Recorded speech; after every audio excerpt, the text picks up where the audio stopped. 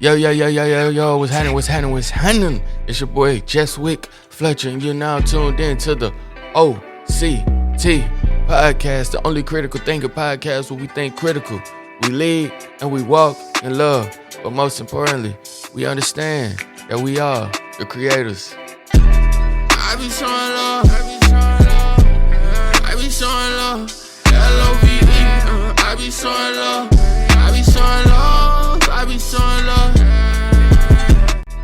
And man, today, boy, I got a special episode for y'all today. I'm excited to be back. Had a couple of things to figure out and do. Now I got a little bit more energy, and we're gonna come back and pop back out.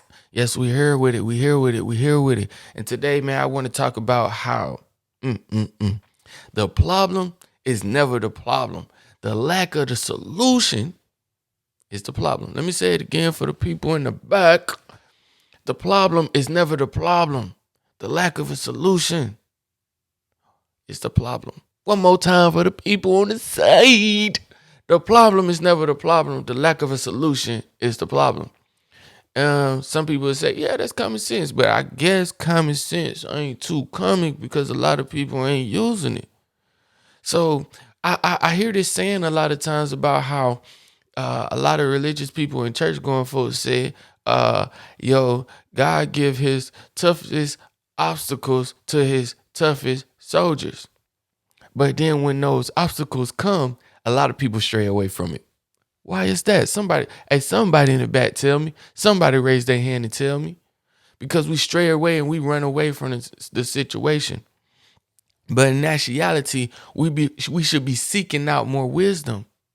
We should be seeking and creating more solutions. We have to become, how do you say this word? And I'm probably going to butcher it, but y'all going to know what I'm talking about. A solutionary mindset. We have to have a solutionary mindset.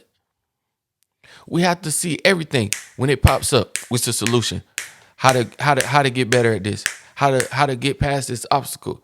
Not wallowing in our sorrow and our pain. What's up with that? That in actuality, man. That goes back to a previous video I spoke on about how the attachment is the number one cause of pain. And what that attachment brings the long suffering.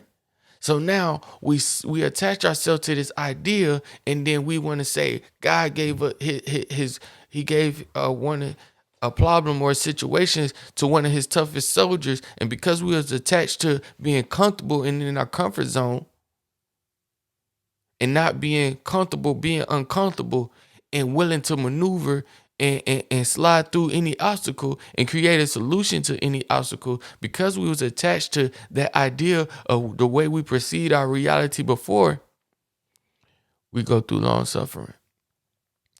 So I could really end this video right here, because I done explained to you, it's you not having a solution to this particular problem is actually your problem. When we speak about the wealthy people, and I remember this song, and people in my generation are going to be able to relate to this, but it's going to be people that's older that may not be able to, but you might. There was a song that came out, and it was by Schoolie, and at least he was on the hook, and he said, I got rich inward problems. Let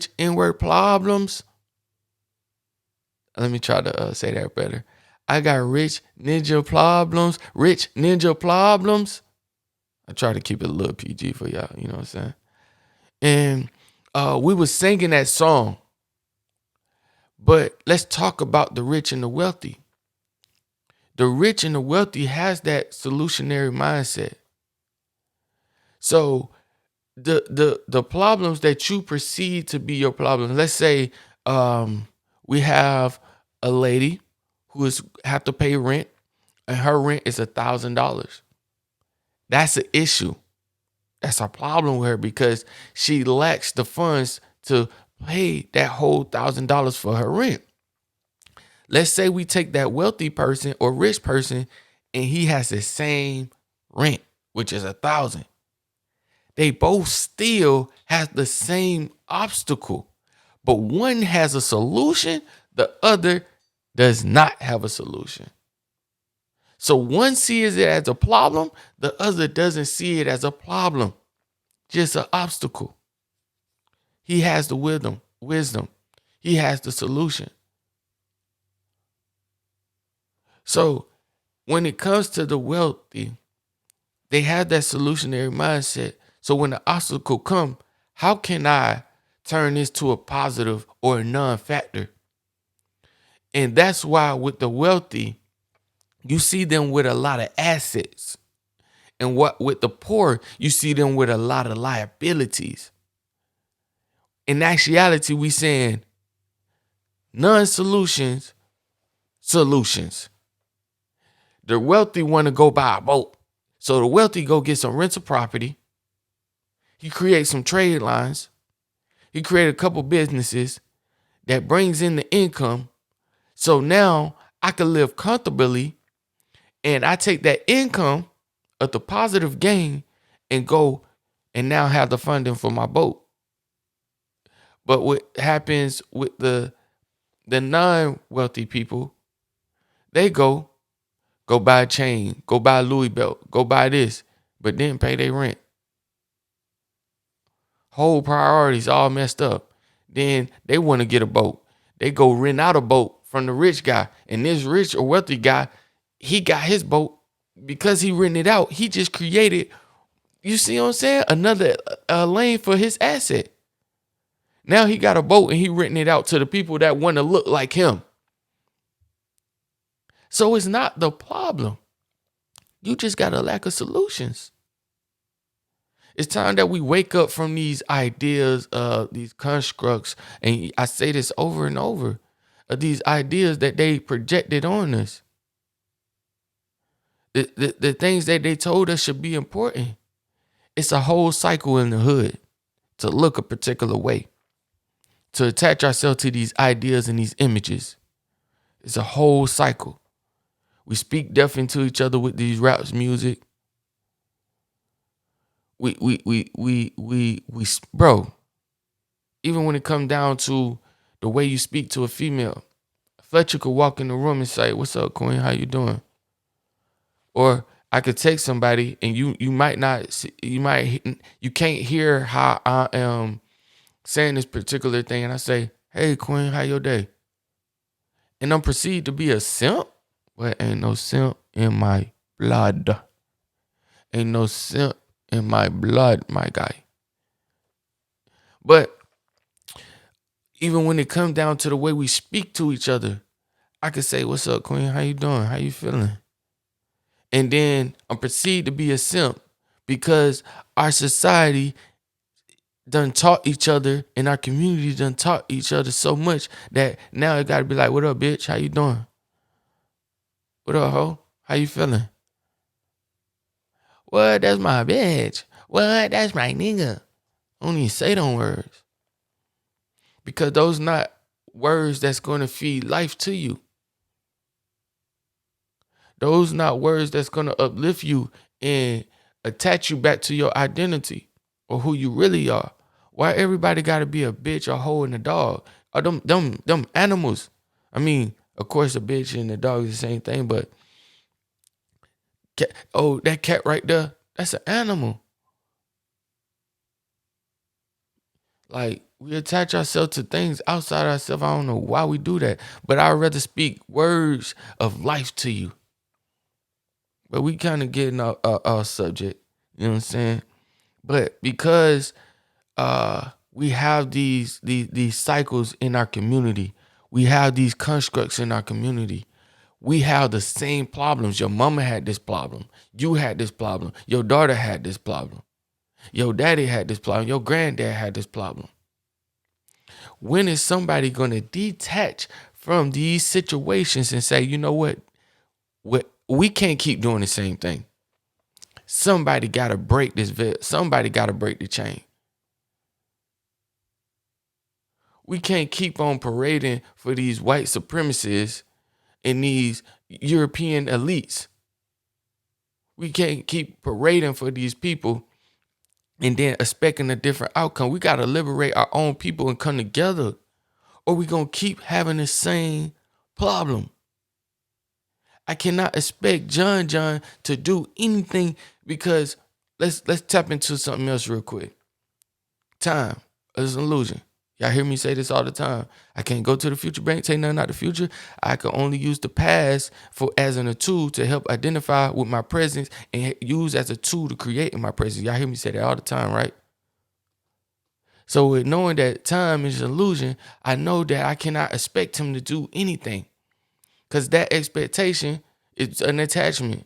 And knowing that he is who he is and he grows and create every day, I cannot expect him to do something else. When I start expecting him to do something else, I look him in a different manner because it doesn't align with my reality. And because I was attached to this reality, it became a problem because I didn't create a solution to if this person do this or understanding that this person can create and become whoever he want.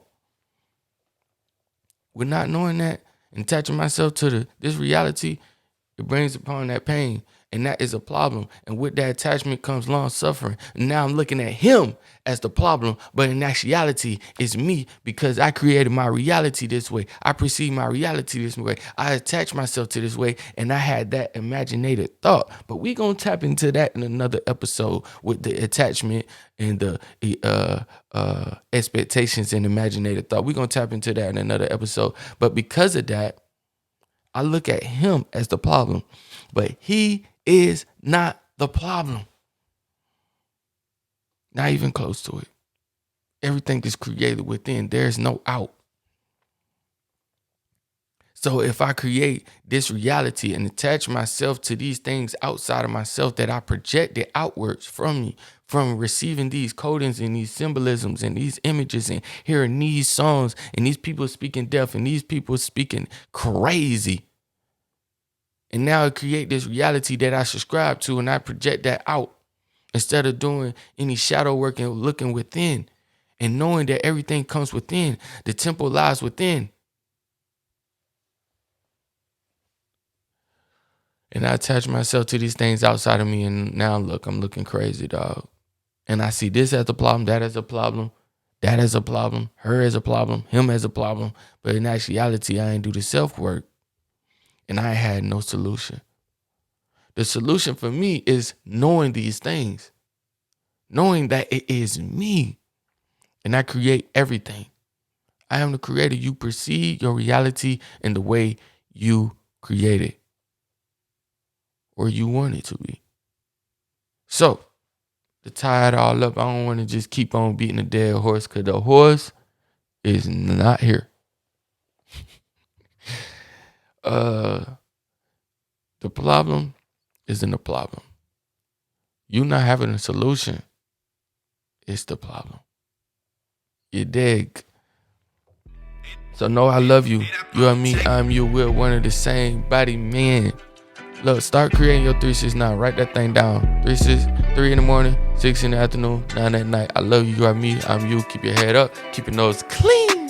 You say the word, you live forever. Peace. I love you. I be showing